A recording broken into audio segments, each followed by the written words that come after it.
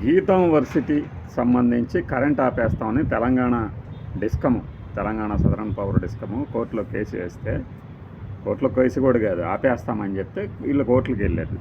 దాని మీద ఈ దినం తాలూకు హెడ్డింగ్ ఇవాళ తరించండి. స్వల్ప ఊరట ఆట. స్వల్ప ఊరట ఎలా అవుతుంది? మిగిలిన వాళ్ళు షాక్ అనేస్తే వీళ్ళు స్వల్ప ఊరట అంటారు. విషయం ఏంటంటే వీబీసీ ఫెర్రో ఎయిర్లైన్స్ అలానే ఈ గీతం వర్సిటీ ఈ రెండు ఒకళ్ళయే, కానీ రెండు వేరువేరు సంస్థలు.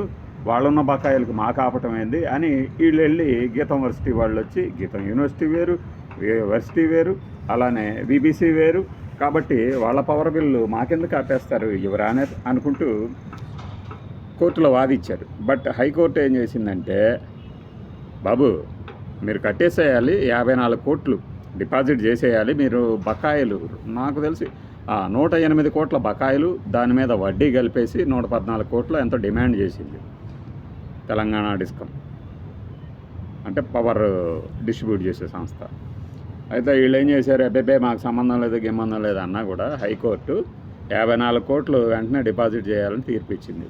దీని మీద ఈ సంస్థ అప్పీల్కి వెళ్ళింది. అప్పీల్కి వెళ్తే సుప్రీంకోర్టు ఏం చేసిందంటే సవరించిందట. ఈయన రాత చూడండి, ఈ దినం రాత. హైకోర్టు ఉత్తర్వుల్ని సవరిస్తూ, ఈ సవరింపులు వయ్యారాలు ఎవరు చేయలేదు, కానీ వాళ్ళు ఏం చేశారంటే 4 వారాల్లోపు 15 కోట్లు కట్టండి అన్నది. అంటే కట్టండి అంటానికి డిపాజిట్ చేయండి అంటానికి పెద్ద తేడా ఏం లేదు. వెంటనే 54 కోట్లు డిపాజిట్ చేయండి అని హైకోర్టు తీర్పిస్తే వీళ్ళు 15 కోట్లు 4 వారాల్లోపు అన్నది. ఇంకెంత నెలలోపు 15 కోట్లు కట్టాల్సిందే కదా. ఇక ఊరట ఏంటి, 15 కోట్లు కట్టాలి అన్నదంటే ఆ వాదన ఏదైతే ఉందో ఆ బీబీసీ వాళ్ళకి మాకు ఏంది సంబంధం అనే వాదన తప్పు అని తేల్చినట్లు. ఇంకొకటి, అసలు బీబీసీ యాజమాన్యం అయినా సరే పవర్ బిల్లు ఎగ్గొట్టాలని చూడటం ఏంటి? ఒకవేళ మీది పెద్ద ఫెర్రో ఎయిర్లైన్స్ పరిశ్రమ అయితే పరిశ్రమలకు ఇవ్వాల్సిన రాయితీలు ఇవ్వలేదా? ఏమో రేపొద్దున ఆ రకంగా కథనాలు వచ్చినా ఆలోచించవచ్చు మీరు. ఎందుకు ఇలా మధ్యతరగతి లేదంటే చిన్న తరహా పారిశ్రామికవేత్తలకి ఇలా రాయితీలు ఇవ్వడం లేదు, విద్యుత్తులో ప్రోత్సాహకాలు ఇవ్వడం లేదనే స్టోరీలు వచ్చినప్పుడు, అరే నిజమే పారిశ్రామిక విధానంలో ఈ రకమైన మార్పు చేయాల్సి ఉందేమో కదా అని అనుకుంటారు. కానీ దాని వెనక ఇలాంటి స్టోరీలు ఉంటాయి. మన వాళ్ళకి పవర్ కట్టాల్సి వస్తే పవర్ కూడా ఇచ్చేస్తే మంచి వ్యాపారవేత్తలుగా తయారవుతారు కదా. అసలే కునారిలో తిన్న సంస్థలకి విద్యుత్ బకాయిలు గుదిబండల్లా తయారైనాయి కదా అని రాస్తారు. ఈ తెలివితేటలన్నీ చాలా ఏళ్ళ నుంచి చూస్తున్నవే.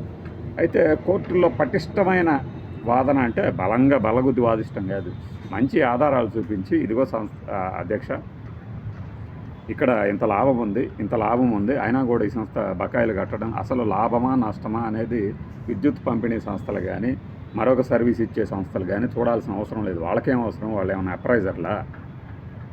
మా దగ్గర సర్వీస్ తీసుకున్నారు, డబ్బులు కట్టాలి, అందరిలానే డబ్బులు కట్టండి అని అడుగుతారు. అవి ఎగ్గొట్టడానికి వాళ్ళకి మాకు సంబంధం లేదంటే, సరే ఆ సంబంధం ఉన్న సంస్థ ఎవరిది?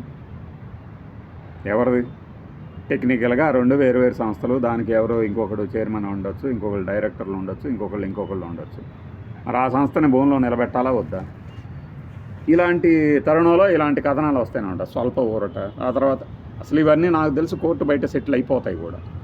ఎటు మనం కోర్టు కేసులతో ఇలా ఏళ్లకేళ్ళు తిరిగే బదులు ఒక సెటిల్మెంట్కి 118 కోట్లు అంటే అసలు కట్టేసేయండి, వడ్డీ మాఫీ చేద్దాం, ఇలాంటి తరహా పరిష్కారాలతో ముందుకు వస్తాయి కూడా.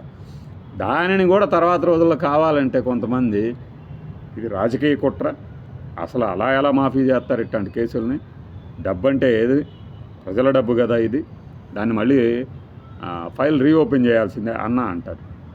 ఈ విషయంలో కాదు, కానీ కొన్ని విషయాల్లో ఇలా ఫైళ్ళు రీఓపెన్ ఎందుకు అవుతాయో, సడన్గా ఎందుకు క్లోజ్ అవుతాయో, సడన్గా ఎందుకు సెటిల్ అవుతాయో, ఇవన్నీ అందరికీ ఆ వార్తల డీటెయిల్స్ తెలిస్తే వెంటనే అర్థమైపోద్ది. ఈ కోణంలో ఇది ఊరట లేకపోతే బాధటమా అనేది మీకు అర్థమైపోయి ఉంటుంది.